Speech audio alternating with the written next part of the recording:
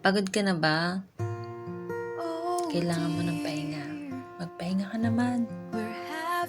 Kasi alam ko na ang ganang sitwasyon ay sobrang nakakapagod. May message ang Lord sa'yo ngayong araw na to. Sabi niya sa Matthew 11:28, "Come to me, all you who are weary and burdened, and I will give you rest." Kung napapagod ka na, bakit di ka lumapit sa Diyos? Isang linggong nakakapagod ako sa trabaho, stress sa pamilya. Kung may boyfriend ka, kasama pa yung boyfriend mo. Kung pasaway, di ba? Nakakapagod talaga kung hindi ka magdidepend sa Diyos, kung hindi ka sa Kanya sasanda. Kasi lagi kong naman sinasabi, apart from